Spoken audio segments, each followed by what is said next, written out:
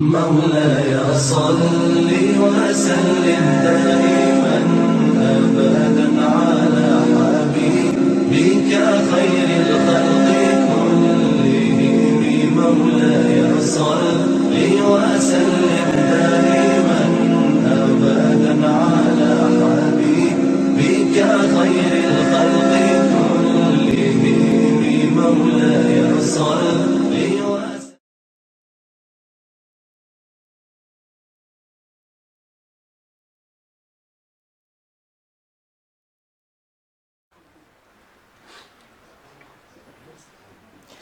الحمد لله رب العالمين والصلاة والسلام على خاتم النبيين أما بعد فأعوذ بالله من الشيطان الرجيم بسم الله الرحمن الرحيم. Les chers frères en islam, répétez après moi. As-salatu was-salamu alayka ya Rasulallah wa ala alika wa ashabika ya Habiballah. الصلاة والسلام عليك يا نبي الله وعلى آلك وأصحابك يا نور الله نويت سنة الاعتكاف. J'ai fait l'intention du nafl i'tikaf, c'est-à-dire de la retraite spirituelle lorsque je rentre dans la mosquée. Mes chers frères en islam, nous devons prendre l'habitude de faire de bonnes intentions avant de faire n'importe quelle action, car notre bien-aimé prophète sallallahu alayhi wa sallam a dit innamal a'malu binniyat, c'est-à-dire les actions ne valent que par leurs intentions. Faisons donc de bonnes intentions pour écouter le discours d'aujourd'hui, Inch'Allah Azza wa Jal. Par exemple, faisons les intentions suivantes que j'écouterai le bayan, le discours d'aujourd'hui, pour obtenir l'agrément d'Allah Azza wa Jal et récolter les récompenses, Inch'Allah Azza wa Jal. J'écouterai le bayan, le discours d'aujourd'hui du début à la fin pour apprendre la religion, Inch'Allah Azza wa Jal. Je m'assierai poliment par respect pour la science religieuse, Inch'Allah Azza wa Jal. J'essaierai d'éviter de regarder à droite ou à gauche, mais j'essaierai de garder le regard baissé pour rester concentré durant les discours, Inch'Allah Azza wa Jal. J'écouterai le bayan, le discours pour me réformer moi-même, Inch'Allah Azza wa Jal. Et j'essaierai de retenir et de transmettre aux autres ce que j'ai appris aujourd'hui, Inch'Allah Azza wa Jal. Sallu ala al-Habib, sallallahu ta'ala ala Muhammad, sallallahu alayhi wa alihi wa sallam. Les chers frères en islam, l'imam Sha'rani, rahmatullahi ta'ala alayhi, a dit Cheikh Ahmed Sarvi, rahmatullahi ta'ala alayhi, m'a raconté un rêve. Il a dit j'ai vu dans mon rêve que les anges étaient en train d'écrire dans un livre avec des qalams, c'est-à-dire avec des stylos. Ces stylos étaient faits de lumière. Et qu'est-ce qu'ils écrivaient, les anges? Les anges écrivaient chaque mot que les gens ont utilisé pour prier sur le bien-aimé et noble prophète sallallahu ta'ala alayhi wa sallam, subhanallah. Il dit plus loin, dans mon rêve toujours, j'ai aussi vu que chaque mot de la prière prononcée par le serviteur devient un ange qui fait le dhikr d'Allah Azza wa Jal, subhanallah. C'est-à-dire que lorsque l'on prononce par exemple sallallahu ala Muhammad, il y a plusieurs mots et chaque mot, avant il dit que chaque mot il a vu en rêve que ça devenait un ange. À chaque mot de chaque ange qui fait le dhikr d'Allah Azza wa Jal, cela devient un autre ange. C'est-à-dire qu'il y a une deuxième génération d'anges qui naissent après que les premiers anges ont entendu les prières et ils sont nés grâce à cela. Puis une troisième fois, à chaque mot de chaque ange qui fait le zikr d'Allah Azza wa Jal, cela devient encore un autre ange. Et cela continue ainsi de suite. Si les voiles qu'il y a devant les yeux des serviteurs étaient enlevés, alors ils verraient que l'atmosphère entière est remplie d'anges nés de cette manière. Subhanallah. C'est-à-dire qu'il y a beaucoup de bénédictions à prier sur le prophète alayhi salatu wassalam. Alors avec amour, avec respect, avec honneur pour le prophète alayhi salatu wassalam, récitons les prières sur lui. Sallu ala al-Habib, sallallahu ta'ala ala Muhammad, sallallahu alayhi wa alihi wa sallam.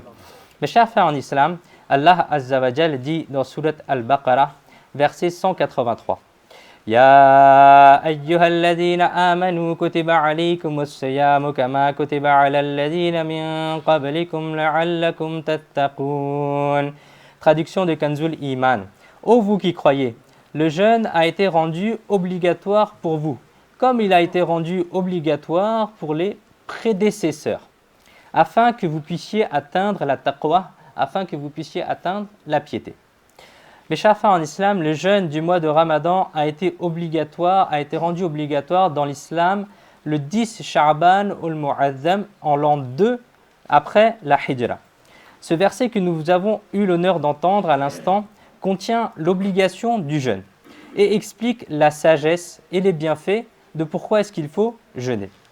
Mais Shafa en islam, le jeûne est un acte d'adoration laborieux. C'est un acte d'adoration qui est peut-être considéré comme difficile. L'imam Ghazali, rahmatullahi ta'ala alayh, a également écrit que le désir le plus fort de l'homme est de manger et de boire. Avoir une belle maison, avoir de beaux vêtements, beaucoup d'argent, etc. font aussi partie des désirs de l'homme. Mais le désir le plus fort que l'homme a, c'est de se nourrir. Et c'est bien ce désir le plus fort qui a été interdit pendant le jeûne. En ce sens, le jeûne est un acte d'adoration très laborieux, c'est-à-dire qui peut être considéré comme difficile. Maintenant, regardons les bénédictions d'Allah Azza wa Jal ici. Regardons les bénédictions qu'Allah Azza wa Jal nous a accordées par l'entremise, par l'intermédiaire du bien-aimé prophète sallallahu ta'ala alayhi wa sallam. Faire le jeûne est l'ordre d'Allah Azza wa Jal. Il est notre créateur, il est notre malik, c'est-à-dire c'est notre maître. Il est notre raziq, c'est-à-dire notre pourvoyeur, celui qui nous accorde le rizq, celui qui nous accorde la subsistance. Il est le Seigneur de l'univers. Il ordonne comme il veut, quand il veut et ce qu'il veut. Et nous sommes obligés d'obéir à ses commandements, à ses ordres. Si Allah Azza wa Jal nous avait simplement dit « le jeûne du mois de Ramadan vous est obligatoire », c'est-à-dire il n'y avait rien d'autre, si Allah Azza wa Jal il avait simplement dit cela, nous serions toujours obligés d'obéir à cet ordre. Si nous désobéissions, alors nous pourrions recevoir le châtiment. Mais regardons un peu la grande miséricorde d'Allah Azza wa Jal. Nous, les amoureux du prophète sallallahu ta'ala alayhi wa sallam, nous avons reçu l'ordre de jeûner. Mais regardons la belle manière de donner cet ordre qui est si douce et pleine de miséricorde. Allah Allah. Tout d'abord, regardons les mots utilisés pour débuter. Qu'est-ce que ces mots sont beaux pour s'adresser aux serviteurs du prophète alayhi salatu wassalam. Comment est-ce que Allah Azza wa Jal il nous parle? Allah Azza wa Jal il commence par dire Ya ayyuhalladhina amanu, c'est-à-dire ô vous qui croyez, ô vous qui avez la foi. Allama Maulana Naqi Ali Khan, rahmatullahi ta'ala alayh, qui est le respecté père du Mujaddid du siècle passé, l'imam Ahmad Raza Khan, rahmatullahi ta'ala alayh, il a dit après avoir lu ce verset, réfléchissez tout d'abord à cette richesse infinie lorsque Allah Azza wa Jal a témoigné de la foi du jeûneur en nous appelant Ya ayyuhalladhina amanu, c'est-à-dire que Allah Azza wa Jal il s'est adressé à nous en nous parlant comme ceux qui croient, subhanallah. Si le cœur y est et que la flamme de l'amour divin brille dans le cœur, alors venez ressentir le plaisir de la manière dont Allah Azza wa Jal s'est adressé à nous. Quelle belle manière de s'adresser à nous. Nous qui sommes des êtres humains, des êtres fragiles, faits d'argile, cela est déjà une énorme chose que le créateur de tous les mondes, le maître de tous les mondes, Allah Azza wa Jal s'adresse à nous comme si nous sommes, alors que nous sommes des personnes insignifiantes.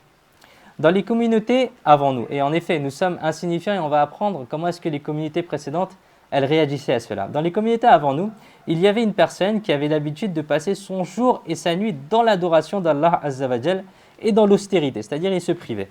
Allah Azza wa Jal a alors envoyé un wahi, c'est-à-dire une révélation au prophète de l'époque, qu'il devait dire à cette personne la chose suivante.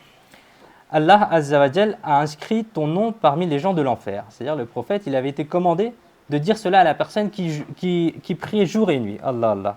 Le prophète alayhi salam a transmis le message à cette personne qui priait jour et nuit.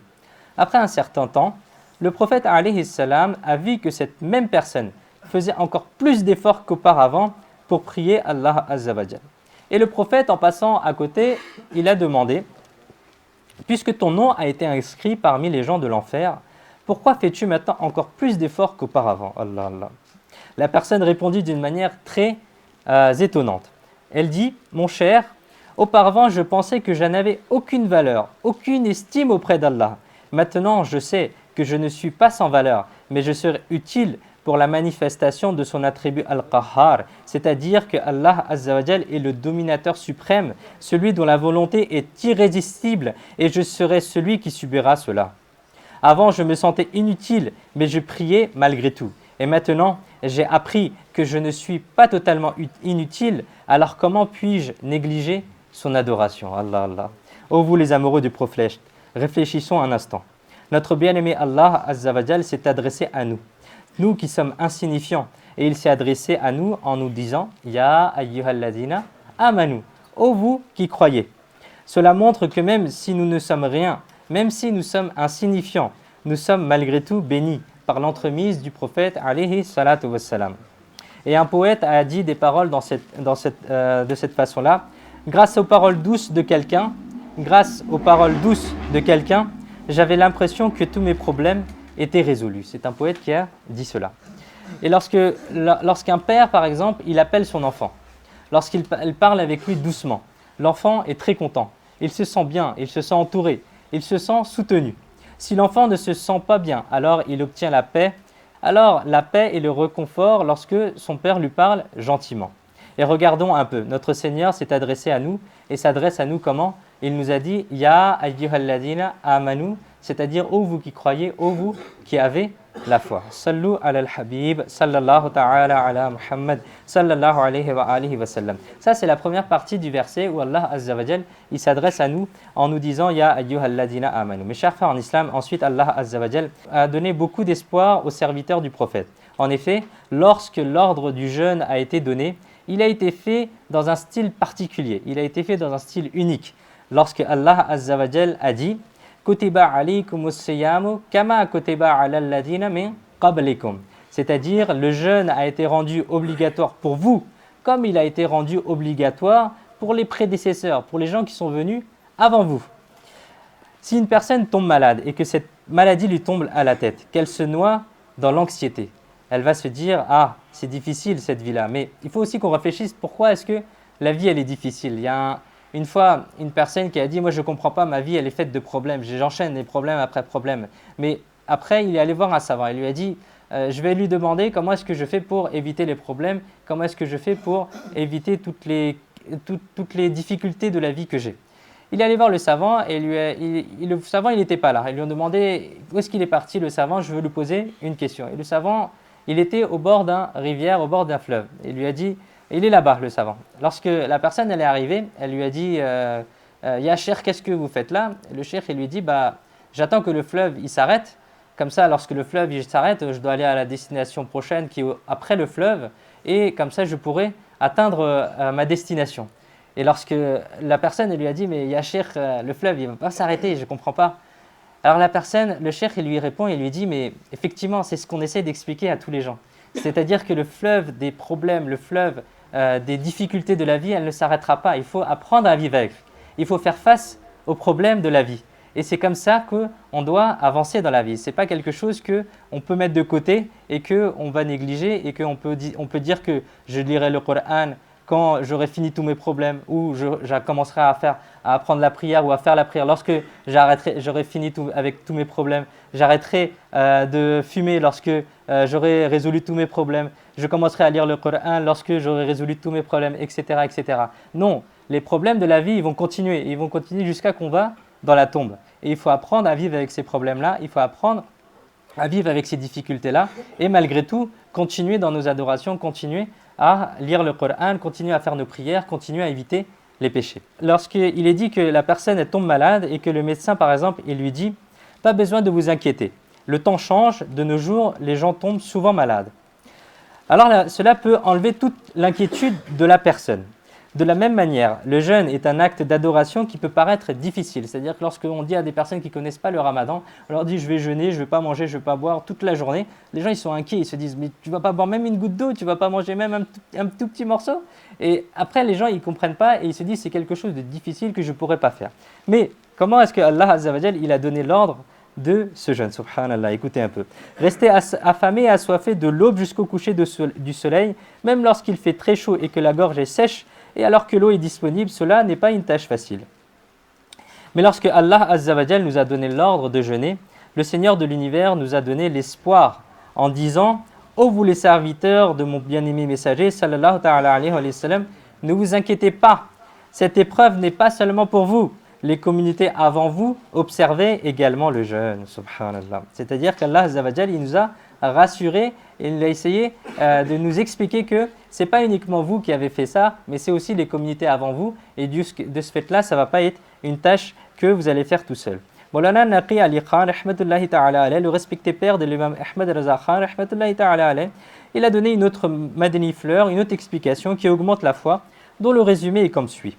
Si l'on regarde ce verset en profondeur, on apprend que le vrai objectif était de rendre obligatoire ce bel acte d'adoration très bénéfique qu'est le jeûne uniquement sur la belle communauté du bien-aimé prophète sallallahu ta'ala alayhi wa sallam.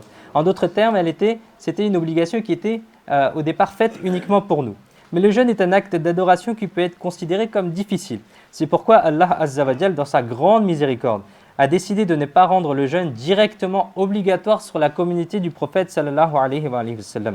En effet, Allah Azza wa Jal, dans sa sagesse parfaite, a rendu le jeûne obligatoire pour toutes les communautés et toutes les nations, de Sayyidina Adam alayhi salam à Sayyidina Isa alayhi salam, c'est-à-dire de Adam jusqu'à Jésus alayhi salam, le jeûne a été rendu obligatoire. De sorte que lorsque les nobles serviteurs du prophète sallallahu ta'ala alayhi wa sallam reçoivent cette obligation de jeûner, ils puissent se remémorer les communautés précédentes et faire ainsi le jeûne sans aucune difficulté, sans aucune inquiétude. Subhanallah, Allah, Allah, quelle grande bénédiction. Le jeûne était obligatoire sur les communautés avant la nôtre et ils ont effectivement jeûné et ils en ont effectivement tiré profit. Mais une des sagesses de leur rendre le jeûne obligatoire était que lorsque ce serait le tour des serviteurs du bien-aimé prophète sallallahu ta'ala alayhi wa sallam, alors Allah Azza wa Jal les rassurera en disant « Regardez, les gens avant vous ont jeûné, ils ont obtenu tel ou tel avantage, alors vous aussi jeûnez. » Subhanallah. Mes chers frères en islam, un poète a dit « Ô vous les jeûneurs, réjouissez-vous, car la vision de Dieu vous sera accordée le jour du jugement. » C'est la promesse du très miséricordieux, subhanallah. Sallu ala al-habib, sallallahu ta'ala ala Muhammad, sallallahu alayhi wa alihi wa sallam. Mes chers frères en islam, regardons la grâce et la miséricorde d'Allah Azza wa Jal d'un autre point de vue maintenant. Dans le verset suivant de Surat al-Baqarah, il a été dit Ayyaman ma'dudat, c'est-à-dire ce sont des jours fixés, ce sont des jours comptés. Maulana Mufti Naqi Ali Khan, rahmatullahi ta'ala alayh, a dit ces mots sont aussi une preuve de la grâce parfaite d'Allah Azza wa Jal. On apprend de cela que Allah, le plus miséricordieux et le tout miséricordieux, souhaite énormément réjouir les cœurs de cette communauté. Comprenons cela à travers un exemple. Lorsque l'enfant est petit et qu'il va pour la première fois à l'école ou à la madrasa, alors l'enfant est inquiet. Il n'a pas envie de se détacher de ses parents. Et les parents, qu'est-ce qu'ils essayent de faire? Ils essayent de lui dire « Ne t'inquiète pas, je vais bientôt revenir. Ne t'inquiète pas, l'école va bientôt se terminer. » La même règle de miséricorde et de grâce est également appliquée ici. Allah Azza wa Jal a rassuré les serviteurs de son bien-aimé prophète sallallahu ta'ala alayhi wa sallam en disant « Ne vous inquiétez pas, l'obligation du jeûne n'est que de quelques jours. Endurez ces quelques jours de difficulté. Dès que le mois de Ramadan sera terminé et que la nouvelle lune de l'Aïd sera visible, cette épreuve sera également terminée. Ne vous focalisez pas sur le nombre de jours ou sur la difficulté de jeûner, mais regardez ses bénéfices. Si l'on jeûne, alors qu'est-ce que l'on obtiendra? Qu'est-ce que l'on obtiendra? Il a été dit « La'allakum tattaqoun », c'est-à-dire afin que vous puissiez atteindre la taqwa, afin que vous puissiez atteindre la piété. C'est-à-dire que la baraka du jeûne, grâce à la baraka du jeûne, on obtiendra la grande bénédiction de la taqwa, de la grande bénédiction de la piété. Maulana Naqi Ali Khan, rahmatullahi ta'ala alayh, a dit « Le jeûne est une pratique de privation et de mise sous contrôle de son nafs, c'est-à-dire de son ego. Il y a deux forces à l'intérieur de l'être humain qui sont la source de tous les péchés. La première est l'envie d'avoir des rapports intimes et l'autre est la colère. Lorsque l'on mange et l'on boit, ces deux envies augmentent et lorsque on diminue la quantité de nourriture et de boisson, ces deux envies, ces deux sentiments diminuent. De ce fait, lorsque l'homme diminue sa quantité de nourriture et de boisson, son envie d'avoir des rapports et sa colère diminuent à l'intérieur de lui. Sa nafs, c'est-à-dire son ego, commence à s'affaiblir et la lumière de la foi commence à augmenter dans le cœur. Puis, petit à petit, il atteint le point où le serviteur se détourne des péchés et se tourne complètement vers Allah Azza wa Jal, jusqu'à ce que la lumière de la foi, il la voit partout. Il voit partout la splendeur de la puissance d'Allah. Son iman, c'est-à-dire sa foi, et son tawakkul, c'est-à-dire sa confiance en Allah, augmente alors. Notre bien-aimé prophète sallallahu ta'ala alayhi wa sallam, le noble Mécois, le noble Médinois a affirmé: gardez vos estomacs affamés, gardez vos estomacs affamés, gardez vos foies assoiffés. Vous verrez Allah dans des signes visibles, c'est-à-dire que vous verrez les signes de sa puissance partout. Dans un autre hadith, il a été dit: Shaitan circule dans le sang du corps humain. Et il a été alors dit: rétrécissez donc son chemin en restant assoiffé et affamé. Allah, Allah. C'est-à-dire qu'il y a beaucoup de bénéfices à jeûner. Mais chers frères en islam, réfléchissons. Regardons à quel point les cœurs des serviteurs du prophète sallallahu ta'ala alayhi wa sallam ont été réjouis lorsque le jeûne a été rendu obligatoire. Regardons à quel point on nous a donné espoir. Malgré cela, si nous ne jeûnons pas durant le mois de Ramadan et ne remercions pas Allah pour ses bienfaits, alors qui d'autre sera plus misérable que nous? Qu'Allah Azza wa Jal nous accorde la capacité de jeûner correctement durant ce mois béni et que Allah Azza wa Jal il nous accorde la guérison des maladies externes et intérieures et qu'Allah Azza wa Jal il nous accorde la richesse de la taqwa. Amin. Bijahi khatam al-nabiyyin sallallahu ta'ala alayhi wa sallam.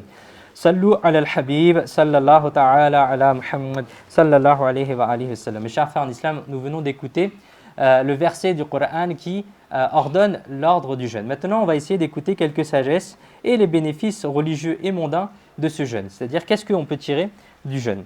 Ô vous les amoureux du prophète, le jeûne est une action très bénéfique, une bonne action très bénéfique. En effet, en jeûnant, on obtient la récompense de la akhira, c'est-à-dire de l'au-delà, ainsi que des bénéfices mondains, c'est-à-dire de ce bas monde.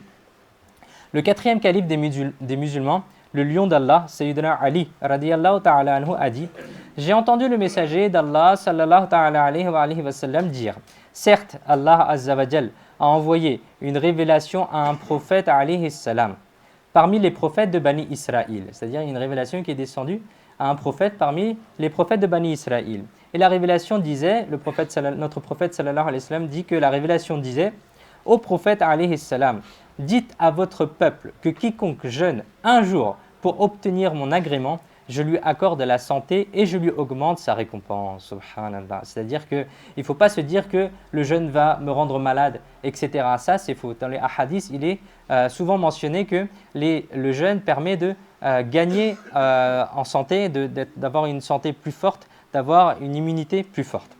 Il est dit dans le livre Mu'jam Awsat de l'imam At-Tabarani, rahmatullahi ta'ala alayh, que Sayyidina Abu Huraira radiyallahu ta'ala anhu rapporte que le bien-aimé prophète sallallahu ta'ala alayhi wa sallam a dit: Sumu tasihhu, c'est-à-dire jeûnez et vous retrouverez la santé. Mes chers frères en islam, alhamdulillah, le jeûne garantit une vie saine. Le jeûne donne également la santé physique. Le jeûne donne la santé spirituelle. Le jeûne apporte une certaine beauté à notre corps. Le jeûne nettoie les péchés de notre cœur. Le jeûne rend notre cœur propre et lumineux. Il est dit dans Tafsir al-Qurtubi: un jour, un médecin non musulman est venu au service de l'imam Zaynul Abidin radiyallahu ta'ala anhu. Et il a dit, le médecin non musulman, il dit quoi? Il dit: il y a deux types de sciences. C'est-à-dire, d'après lui, il disait, il y a deux types de sciences. La première science, c'est la science religieuse. La deuxième science, c'est la science médicinale, la science médicale. Dans votre livre religieux, donc le non-musulman médecin, il continue en disant: dans votre livre religieux, le noble Coran, il y a la science religieuse, mais il n'y a pas la science médicale, il n'y a pas la science médicinale. L'imam Zaynul Abidin radiyallahu ta'ala anhu, il répond en disant: vous me parlez de tout le Coran, vous croyez que dans tout le Coran, il n'y a rien. Mais moi, je vais vous parler juste d'une seule partie, d'un verset du Coran, dans lequel toute la médecine a été résumée. Puis vous, radiyallahu ta'ala anhu, avez récité une partie du verset 31 de Surat Al-A'raf: wa kulu washrabu wa la tusrifu innahu la yuhibbul musrifin. Et mangez et buvez et ne dépassez pas la limite. Certes, il n'aime pas ceux qui dépassent la limite. Dans ce verset, il y est décrit deux formes d'extravagance, deux formes de limites à ne pas dépasser. La première est de manger même lorsqu'on n'a pas faim. Ça, c'est une première limite à ne pas dépasser. Et la seconde limite à ne pas dépasser, c'est de manger jusqu'à avoir l'estomac plein. Allah Azza wa Jal a interdit ces deux choses-là. Donc la personne doit manger lorsqu'elle a véritablement faim et elle doit s'arrêter lorsqu'elle a encore un peu de faim restante. Alors la personne restera en bonne santé, Inch'Allah al-Karim. Ensuite, l'imam Zaynul Abidin radiyallahu ta'ala anhu a raconté à ce non-musulman un hadith sur les avantages de manger moins que sa faim. Il a été dit que votre livre, et ensuite la personne, le médecin non-musulman, il dit quoi? Il dit que Votre livre et votre prophète alayhi salam n'ont rien laissé à Jalinus, qui était un grand sage de son temps. Mais ils ont tout résumé dans la médecine. C'est-à-dire qu'il a accepté, le médecin non musulman, il a ensuite accepté que l'islam, il donne toute la science médicinale à travers ce verset en mangeant moins et en buvant moins. Subhanallah. Mais Sharfa en islam. La science médicinale moderne croit également que le jeûne est la clé d'une vie saine. Comment est-ce que cela? Les recherches scientifiques disent que grâce à la baraka du jeûne, les maux de l'estomac et ses maladies sont guéris et le système digestif s'améliore.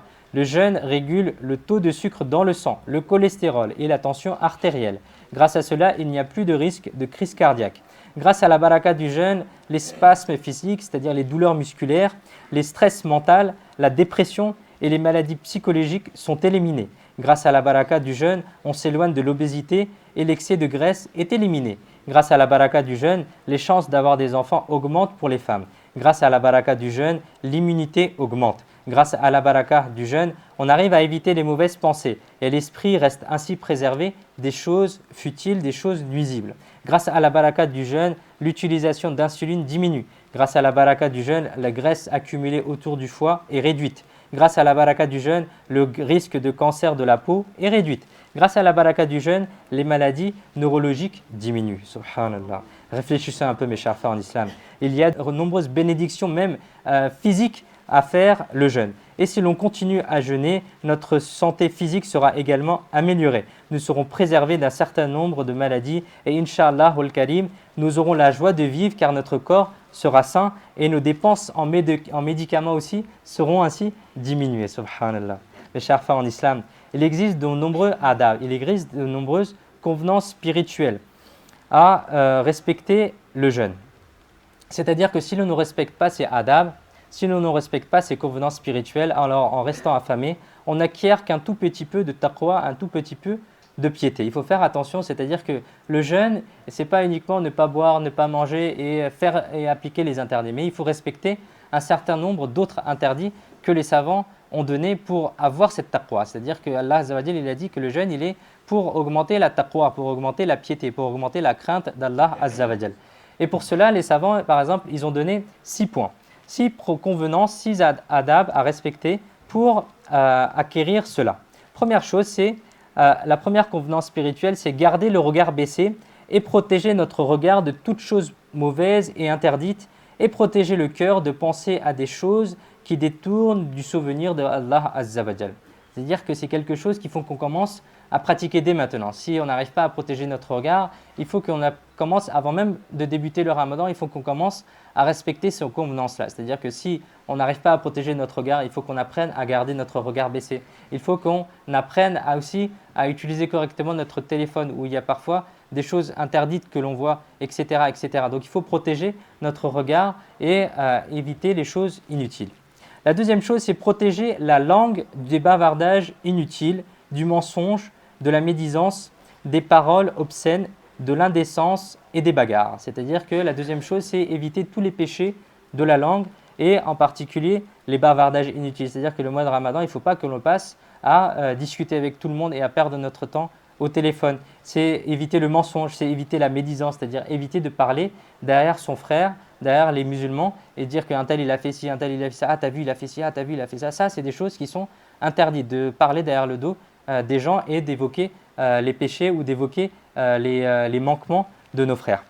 Des paroles obscènes, de l'indécence et des bagarres. La troisième adab, le troisième convenance spirituelle, c'est protéger nos oreilles d'écouter toutes choses interdites et indésirables. C'est-à-dire qu'il faut qu'on essaye de protéger nos oreilles de toutes les choses qui sont haram à écouter et toutes les choses qui sont interdites d'écouter. Par exemple, si quelqu'un il écoute la médisance et il n'arrête pas son frère, il dit ah ouais il a fait ça, ah, c'est vrai il a fait ça, etc. etc. Ben, ça c'est quelque chose d'interdit. C'est-à-dire qu'on encourage le frère à continuer la médisance, donc on encourage le frère à continuer sa médisance. Et nous aussi on salit nos oreilles en écoutant la médisance. Donc si quelqu'un il nous fait de la médisance, on va dire Inch'Allah que non j'écoute pas, ça me regarde pas et c'est pas ça m'intéresse pas. Il est dit, les savants ils disent que dans la médisance il y a comme un enivrement qui est mis. C'est-à-dire qu'on aime écouter.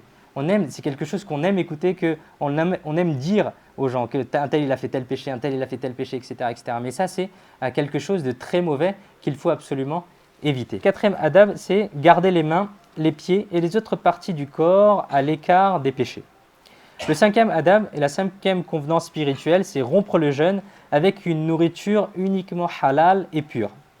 Une personne qui rompt son jeûne avec de l'argent acquis de manière haram ou douteuse est comme une personne qui détruit une maison après qu'elle ait été correctement construite. C'est-à-dire que la personne elle reste affamée, elle reste assoiffée toute la journée et après elle va manger quoi? Elle va manger de l'argent qu'elle a gagné de manière illicite, qu'elle a gagné de manière haram. Et ça, c'est une perte. C'est-à-dire qu'elle a passé toute la journée dans le jeûne, mais après elle va rompre le jeûne avec de l'argent ou avec des choses qui lui sont interdites. Donc ça, il faut absolument éviter.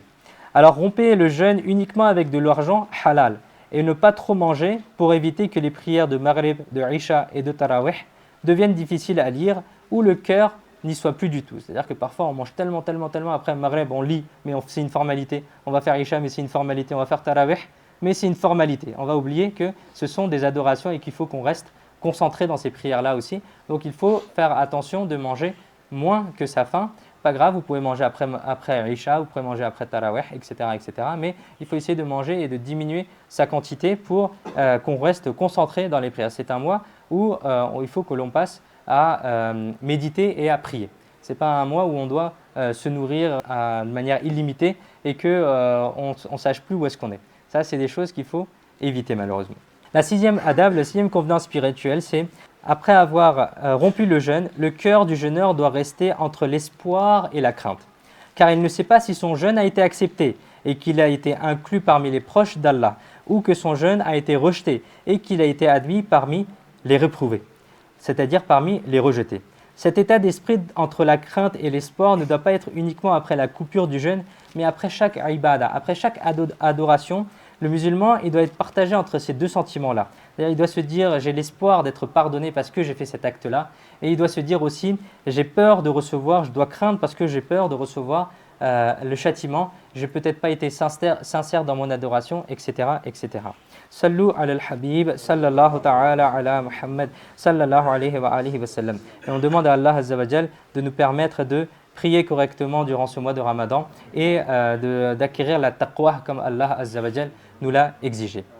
Une petite règle que l'on essaie d'apprendre chaque semaine par rapport à l'école Hanafite sur le jeûne. Avaler sa propre salive et ses glaires ne rompt pas le jeûne, c'est-à-dire ne casse pas le jeûne. Certaines personnes croient qu'avaler de la salive et des glaires rompt le jeûne, c'est-à-dire il casse le jeûne ou le rend makruh. Ceci n'est pas vrai. Si la salive ou les glaires sont dans la bouche et sont ravalés sans les sortir de la bouche, alors le jeûne n'est pas rompu, le jeûne n'est pas cassé. Cependant, si la salive est sortie de la bouche, par exemple en la mettant sur la paume de la main, puis elle est ravalée, alors le jeûne sera rompu. Mais aucune personne intelligente ne fait en général cela. Elle ne va pas cracher après ravaler sa salive, mais il faut savoir que la salive qui est dans la bouche et les glaires qui sont dans la bouche, si on les ravale, le jeûne n'est pas rompu. Sallu ala al-Habib, sallallahu ta'ala ala Muhammad, sallallahu alayhi wa alihi wa sallam. Les chers frères en islam, quelques recommandations pour la prière pour la khutbah. Il est rapporté dans un hadith de Tirmidhi, celui qui, le jour du vendredi, enjambe les gens, il a construit un pont entre lui et l'enfer. Astaghfirullah. Une des significations de ce hadith est que les gens marcheront sur lui pour entrer dans l'enfer. C'est-à-dire que lorsque la khutbah commence et qu'on arrive en retard, il ne faut pas essayer de passer devant les gens, mais on s'assoit. Là, on trouve de la place, directement on s'assoit, on n'avance pas. Deuxième chose, s'asseoir en direction du khatib, c'est-à-dire celui qui fait la khutbah, et la sunna des sahaba. C'est-à-dire que lorsqu'on est assis dans la mosquée et que la khutbah commence, on se tourne un petit peu vers le mimbar pour se diriger vers la personne qui fait la khutbah sans casser les rangs, les rangs de prière pour qu'on applique la sunna des sahaba. Troisième chose, les pieux prédécesseurs, rahimahullahu al-matin, ont dit durant la khutbah, asseyez-vous comme vous vous asseyez dans la prière. Durant le premier khutbah, attachez vos mains comme on le fait durant la prière. Durant la deuxième khutbah, placez vos mains sur vos jambes près des genoux comme vous les mettez durant la prière. Si vous faites cela, alors vous recevrez la récompense d'avoir accompli 2 raka'a, c'est-à-dire 2 unités de prière, Inch'Allah. C'est-à-dire que lorsque on écoute la khutbah, il est bien d'attacher ses mains comme on le fait durant la prière dans la première khutbah. Lorsque l'imam s'assit pour la deuxième khutbah et qu'il se relève, alors dans ce cas-là, on met sur les cuisses près des genoux, comme on fait durant la prière. Inch'Allah, on aura la récompense de 2 unités de prière. Le revivificateur du siècle dernier, l'imam Ahmad Raza Khan, alayhi rahmatur rahman, a dit « Lorsque vous entendez le nom béni du prophète, sallallahu ta'ala alayhi wa sallam, durant la khutbah, priez sur lui dans vos cœurs, car rester silencieux durant la khutbah est une obligation, c'est un fard de rester silencieux durant la khutbah. » Il est rapporté dans Durr Mukhtar, durant la khutbah, il est haram, il est interdit de manger, de boire, de parler, même si c'est pour dire subhanallah ou de dire une bonne parole. Et enfin, le revivificateur du siècle dernier, l'imam Ahmad Raza Khan, alayhi rahmatur rahman, a dit durant la khutbah, tourner la tête pour regarder ailleurs est également haram, c'est également interdit. Donc il faut faire attention que durant la khutbah, il faut respecter ces convenances-là et ne pas parler, ne pas discuter, ne pas dire même une bonne parole durant la khutbah, ne pas regarder à droite ou à gauche, mais c'est comme si on était en prière. D'accord ? Donc il faut faire attention et on essaie de s'asseoir comme on s'assoit durant la prière pour éviter de manquer de respect à la khutbah. Qu'Allah Azza wa Jal, il nous accorde le respect de la khutbah, qu'Allah Azza wa Jal, il nous permette également de passer, Inch'Allah, un bon mois de Ramadan, qu'Allah Azza wa Jal, il nous permette de revivifier l'amour que les pieux prédécesseurs avaient pour le mois de Ramadan, car ils pleuraient à l'arrivée du mois de Ramadan et ils pleuraient lorsque le mois de Ramadan partait, parce que c'est comme si on avait entre guillemets les soldes durant ce mois-là, c'est-à-dire que la récompense durant ce mois-là est décuplée, la récompense de chaque acte, elle est multipliée énormément. Et il faut faire attention et ne pas perdre son temps dans les choses inutiles durant ce mois-là. Et il faut essayer de faire les obligations dans son heure, faire les prières, les 5 prières obligatoires dans l'heure prescrite. Il faut faire attention de faire les sunnahs, les nawafil, de lire le Coran, etc. et d'accomplir la prière de Tarawih. Dans la prière de Tarawih, dans l'école Hanafite, c'est 20 raka'a, c'est sunnah mu'akkada, c'est-à-dire c'est une sunnah très fortement recommandée. Et dans l'école Hanafite, la sunnah mu'akkada, si on a l'habitude de la délaisser, c'est un péché. C'est-à-dire que la sunnah mu'akkada dans l'école Hanafite, si on prend l'habitude de délaisser la sunnah mu'akkada, ça devient un péché. Donc les 20 raka'at de Tarawih, il faut les faire tous les soirs après la prière de Aïcha, il ne faut pas la rater, c'est une sunnah mu'akkada. Et la fait de faire les 20 raka'at aussi, c'est une sunnah mu'akkada. Donc il faut faire ces 20 raka'at tous les jours après la prière de Aïcha pour pouvoir respecter la sunnah mu'akkada. Jazakallah khaira. Qu'Allah Azza wa Jal, il nous accorde les bénéfices du Ramadan. Amin. Bijahin Nabi al-Amin sallallahu ta'ala alayhi wa sallam. Sallu ala al-Habib sallallahu ta'ala ala Muhammad sallallahu.